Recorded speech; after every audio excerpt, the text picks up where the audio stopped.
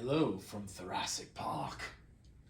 So I get the question a lot is what is the difference between the home traction, the home blocks, and the in-office traction? The answer is that the home blocks are extremely effective for what we can do at home, but the traction in the office, we have thousands and thousands of different setups on multiple different units, but they allow us to tailor make exactly what that patient needs, and we have multiple planes of correction. So this is a setup that's actually, we're about 60% set up, that's appropriate for me and my spine and my configurations. I've put my spine through a great deal in its life, so I'm still under care to correct and stabilize my spine.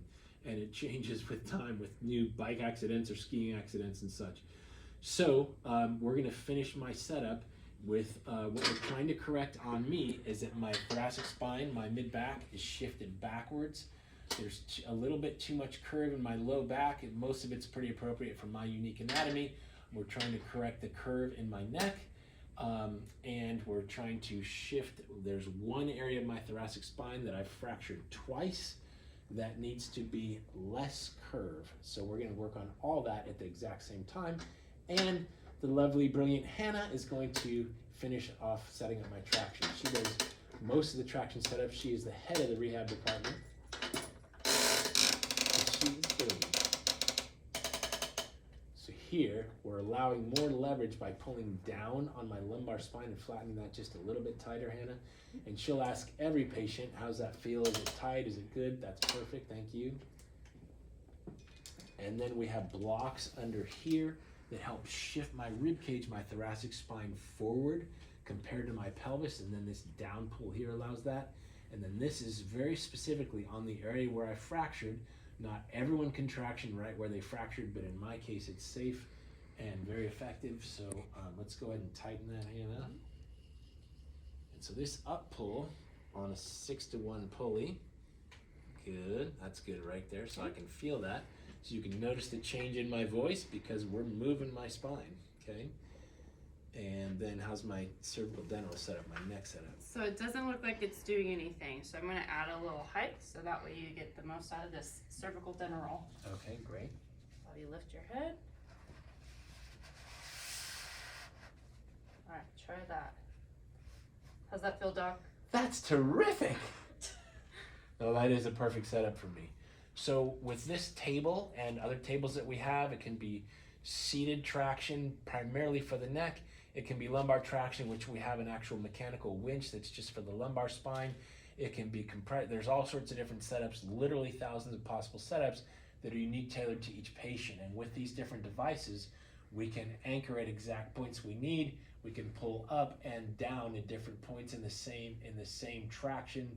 So it allows us to have great versatility to tailor make our care to people's very specific needs. So in a moment, I'll show you what the home blocks do and what the difference is. Okay, so now the home blocks, extremely effective for what we're able to do at home, or not even at home, but on the road or on a mission trip to Africa or whatever. These are gonna be super, super helpful. They're not as effective. There's not as many nuances or specificities to the setup that we can do with the in-office traction, but you don't want to be here 7 days a week for an hour a day or whatever. So these blocks they're called dental blocks, and people say, why are they called dinner rolls? They're not dinner rolls, they're dental rolls. They're invented by a doctor named Adrian Denewald.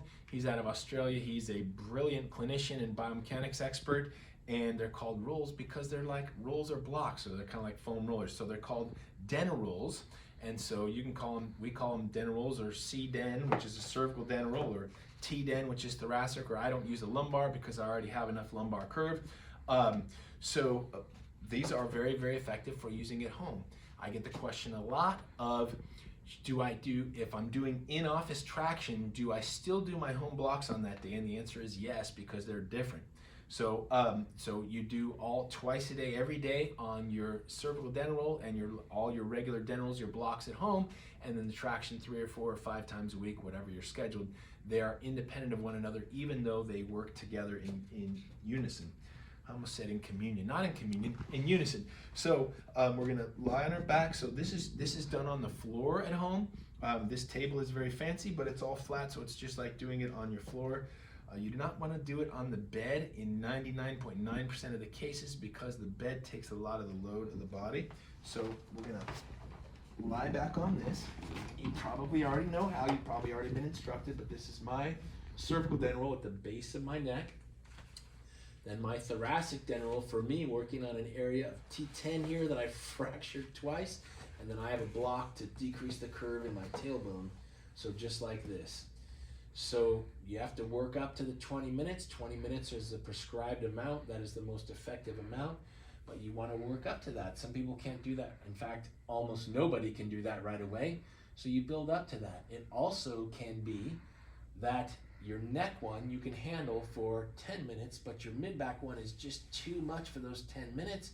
So you're gonna go 6 minutes with both of them, and then maybe it's just too much. So you're gonna squirt that one out and set it down, and then just do the rest of the time on your neck block, and it can be any combination of that. So these are both the in-office traction and the in-home traction are very effective, but they're independent and they work off one another. So I hope that helps, and as always, ask us if you have any questions. I've never had a dumb question.